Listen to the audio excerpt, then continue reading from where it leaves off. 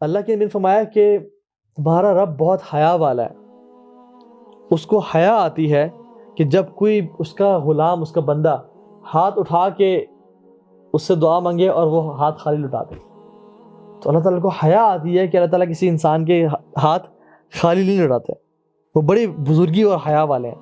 Imagine کریں ایک فقیر شخص آپ سے عاجزی سے ہاتھ اٹھا کے مانگ رہا ہے، ہم جو کہ خود فقیر ہیں اور غریب ہیں اور بالکل ناکارے ہیں، نہ ایمان ہے نہ کچھ ہے ہم میں، ہمیں بھی ترس آتا ہے اور ہم کچھ نہ کچھ دے دیتے ہیں اسے کہ اس نے ہاتھ پھیلائے میرے سامنے۔ تو جو مالک الملک ہے اور بادشاہوں کا بادشاہ ہے اور جسے خزانے اتنے کہ اندازے ہی کوئی نہیں، اس سے جب اللہ کوئی انسان ہاتھ اٹھا کے دعا مانگتا ہے تو اللہ کی بھی نے کہا کہ اللہ کو حیا آتی ہے کہ وہ ان ہاتھوں کو خالی لٹا دیں، تو اس لیے وہ خالی نہیں لٹاتے اور اس کو لازمی کچھ نہ کچھ دیتے ہیں۔ اور اللہ کے صلی اللہ علیہ وسلم اپنے ہاتھوں کو اپنے کندھوں کے برابر اٹھاتے ہیں اور اپنے ہاتھوں کی جو ڈائریکشن تھی وہ اپنے چہرے کی طرف کرتے ہیں۔ His palm hand used to face his face، ٹھیک ہے، صلی اللہ علیہ وسلم۔ اسی طرح سے دعا شروع کس طرح کرنی چاہیے؟ توبہ استغفار سے۔ سب سے پہلے اپنے گناہوں سے توبہ مانگنی چاہیے۔ آپ سلیمان علیہ السلام کو دیکھ لینا، انہوں نے کیا دعا مانگی؟ رب اغفر لی وہب لی ملکا، یا اللہ مجھے معاف کر دے اور مجھے ایسی سلطنت دے جیسی تو نے آج تک کسی کو نہیں دی۔ کیونکہ جیسے ہی انسان نے اپنے گناہوں سے توبہ مانگی، اللہ نے اس کی گناہوں کو معاف کر دیا اور اللہ سے راضی ہو گیا۔ اب اللہ راضی ہے، اسے جو مرضی منوا لو۔ اور فوراً سے اللہ سلیمان نے کیا دعا کی؟ یا اللہ مجھے معاف کر دے، رب اغفر لی۔ اور پھر دعا اللہ کی شان، مطلب سبحان اللہ، دیکھیں ایک شخص ہے وہ کسی لاکھ پتی سے کچھ مانگتا ہے تو وہ لاکھوں میں یہ کچھ تھوڑا مانگے گا نا، لیکن ایک شخص جو کہ پریزیڈنٹ کے پاس جائے، جس کے پاس جو بہت رچ بھی ہے اور اس کے بزنس بھی ہے، سب کچھ ہے اس کے پاس، تو وہ اسے کہے مجھے میرے ادارے کے لیے 20 روپے چاہیے مجھے، سو شرم نہیں ہے کہ کس سے مانگ رہا تو نا۔ تو جتنا انسان کا اسٹیچر ہوتا ہے اتنی بڑی دعا مانگنی چاہیے۔ کسی بادشاہ کے پاس آپ جائے کہیں گے مجھے 200 روپے چاہیے تھے، میں آپ کے پاس لے آیا، انسان مناسب نہیں لگتا۔ تو جب اللہ رب العالمین کے سامنے انسان دعا مانگے، اور تو چھوٹی چھوٹی دعا بھی مانگنی چاہیے اللہ کے سامنے، کیونکہ وہ ہر چیز کو پورا کرنے والا ہے، کیونکہ ہم اسی کے محتاج ہیں، لیکن انسان بڑی سے بڑی دعا بھی مانگے تو اپنے دعا کے جو سٹینڈز ہیں ان کو بھی ریز کر لیں۔ سلیمان علیہ السلام نے کیا دعا مانگی؟ ان سے جو غلطی ہوئی کہ گھوڑے کی وجہ سے ان کی نماز میں ڈیلے ہو گئی، and he was fascinated by the horses, ٹھیک ہے۔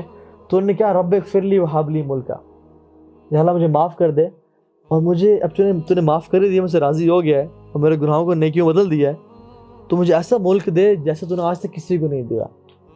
اور اللہ تعالیٰ نے دعا قبول کی اور دیا ان کو ایسا ملک، ٹھیک ہے۔ تو اسٹارٹ بائی میکنگ استغفار، ٹھیک ہے۔ اسی طرح سے استغفار سے پہلے اللہ سبحانہ و تعالیٰ پہ حمد و ثنا، اللہ تعالیٰ کی تعریف اور نبی کریم صلی اللہ علیہ وسلم پہ درود پڑھنا۔ ایک صحابی آئے اور انہوں نے آتے ہی ہاتھ اٹھایا اور دعا مانگنا شروع کر دی، یا اللہ مجھے یہ دے، یا اللہ مجھے وہ دے، جیسے ہم لوگ یا اللہ پاس کر دے، یا اللہ یہ پیسے دے دے، یا اللہ رزق دے دے، کوئی حمد و ثنا اور درود۔ تو اللہ کی نے کہا کہ عجلت، تو نے جلدی کی ہے، تو یہ چاہیے تھا کہ اللہ کی تعریف بیان کر، میرے پہ درود پڑھ اور پھر دعا مانگ۔ علی بن ابی طالب کہتے تھے کہ جو شخص اللہ کے نبی پہ درود نہیں پڑھتا نا دعا سے پہلے، اس کی دعا قبول نہیں ہوتی۔ So it's very important to praise Allah subhanahu wa ta'ala and to recite and send blessings upon Muhammad sallallahu alaihi wasallam and then make dua۔ دعا کی قبولیت کے چانسز بہت بڑھ جاتے ہیں جب انسان یہ کام کرتا ہے۔ اور اللہ کی تعریف، بہت ساری دعائیں ہیں، ابھی ہم آگے ذکر کرتے ہیں، چلے میں بھی بتاتا آپ کو انشاءاللہ، ٹھیک ہے۔ لیکن اللہ تعالیٰ کی تعریف بیان کرنا۔ اسی طرح سے نیور سے کہ یا اللہ اگر آپ چاہیں تو یہ قبول کر لیں، کبھی نہ کہیں یا اللہ مجھے دے دیں، اگر آپ چاہیں تو یہ قبول کر لیں، کبھی ایسا نہ کہیں، کیونکہ حدیث میں آتا ہے لیکن کہ کوئی شخص اللہ تعالیٰ کو مجبور تو کر نہیں سکتا۔ تو کہہ سکتے کہ یا اللہ اگر ہم نہ بھی چاہیں تبھی دینا آپ نے، کوئی شخص اللہ کو مجبور نہیں کر سکتا، اللہ تعالیٰ جو چاہتے ہیں خود کرتے ہیں۔ تو ڈونٹ سے کہ اگر آپ چاہیں تو قبول کر لیں، یا دعا کرتے ہوئے انشاءاللہ نہیں بولنا چاہیے۔ کبھی کبھی انسان کے منہ سے نکل جاتا ہے انشاءاللہ، لیکن نہیں بولنا چاہیے اس کو، ٹھیک ہے، کہ اگر آپ چاہیں۔ دعا کیسے مانگنی چاہیے؟ ادعوا اللہ وانتم موقنون بالاجابہ، دعا اس طرح مانگو کہ تمہیں یقین ہو وہ قبول ہوگی۔ اللہ کی میں خود فرمایا، حدیث ہے کہ دعا تم اس طرح مانگو کہ جس طرح تمہیں سچے دل سے یقین ہو کہ وہ قبول ہونی لازمی ہونی۔ اور اللہ تعالیٰ خود کہتے ہیں کہ انا عند ظن عبدی بی، میں اپنے بندے کے گمان کے مطابق ہوں جس طرح مجھ سے وہ گمان کرتا ہے۔ اور ایک اور حدیث میں آتا ہے اللہ غافل دل سے دعا کبھی قبول نہیں کرتے، ٹھیک ہے۔ تو یہ چیز، اسی طرح سے اللہ کے نبی صلی اللہ علیہ وسلم دعا مانگتے ہوئے ریپیٹیشن کرتے ہیں، کیونکہ وہ کہتے ہیں کہ اس پہ تکرار کرو، ریپیٹڈلی پڑھو، کیونکہ تم اللہ سے دعا مانگ رہے ہو۔ رسول اللہ صلی اللہ علیہ وسلم جب بھی کوئی سوال کرتے تو ریپیٹڈلی کرتے، 3 دفعہ کرتے، یا جب بھی کوئی اللہ تعالیٰ کی سے کوئی کی حمد و ثنا اور تعریف بیان کرتے اور کچھ مانگنا چاہتے تو اس کو ریپیٹڈلی کرتے، جس کی وجہ سے انسان میں عاجزی اور انکساری بھی بڑھتی ہے اور اللہ تعالیٰ کو بھی یہ چیز پسند ہے، ٹھیک ہے۔ غافل ہارٹ میں جگہ کے لیے اور یقین سے مانگنی چاہیے، میں نے آپ کو حدیث بتا دی، ادعوا اللہ وانتم موقنون بالاجابہ، کہ تم اس طرح مانگو جس طرح تمہیں یقین ہو۔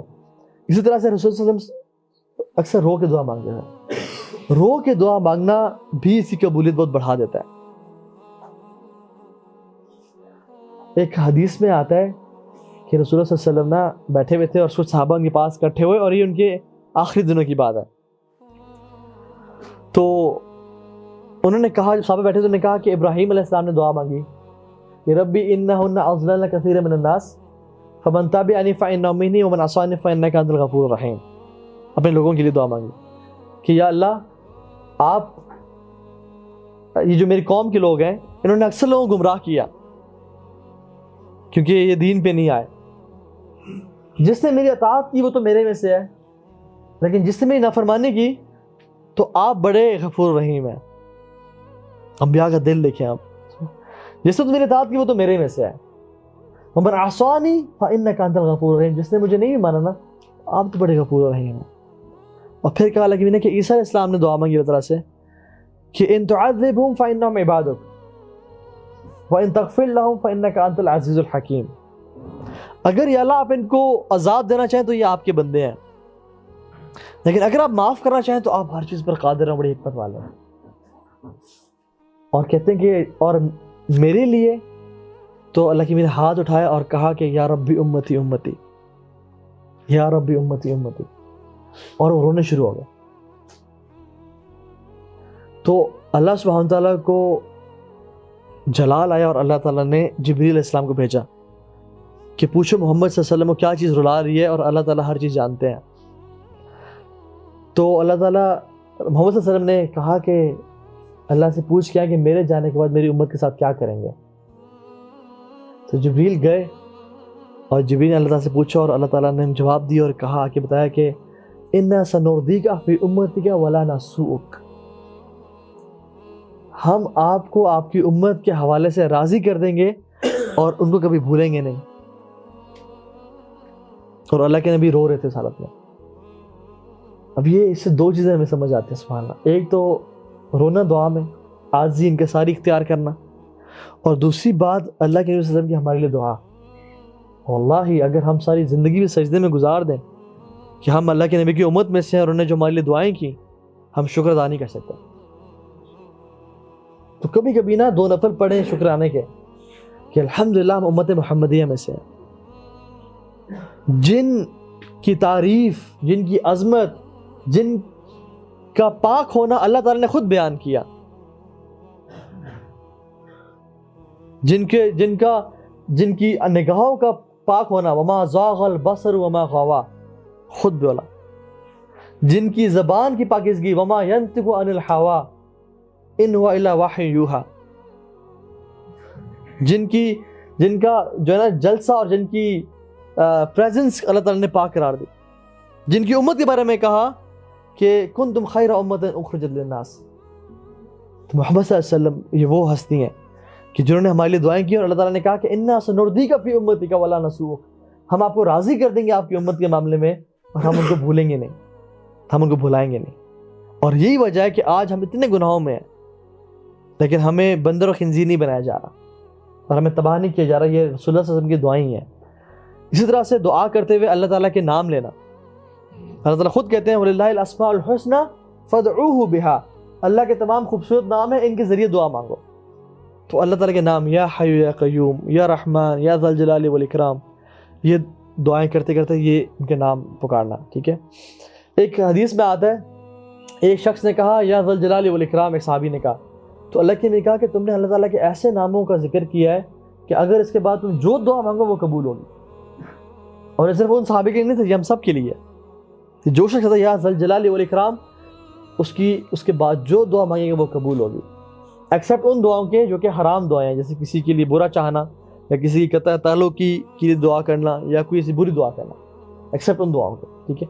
اسی طرح سے ایک صحابی نے کہا کہ لا الہ الا انت سبحانک انی کنت من الظالمین، تو اللہ کی نے کہا کہ تم اس کے بعد بھی جو دعا کرو گے وہ قبول ہوگی، کیونکہ یہ اتنی امیزنگ سٹیٹمنٹ ہے، بلکہ حدیث میں بھی آتا ہے کہ جو شخص میرے بھائی یونس کی دعا مانگے گا اور اس کے بعد جو دعا کرے گا وہ دعا لازمی قبول ہوگی، اور وہ کیا ہے؟ لا الہ الا انت سبحانک انی کنت من الظالمین۔ پہلے تو اس نے بیان کیا کہ لا الہ الا انت، یا اللہ آپ کے علاوہ کوئی معبود نہیں ہے، صرف آپ ہی اللہ ہیں، سبحانک and you are perfect، انی کنت من الظالمین and I am the most imperfect، I am the one who is faulty، اور میں ہی گناہ گار ہوں۔ تو اللہ آپ کے علاوہ کوئی بات کے لائق نہیں ہے، آپ پاک ہیں اور میں گناہ گار ہوں۔ جو شخص یہ کہے گا نا اس کی دعا لازمی قبول ہوگی۔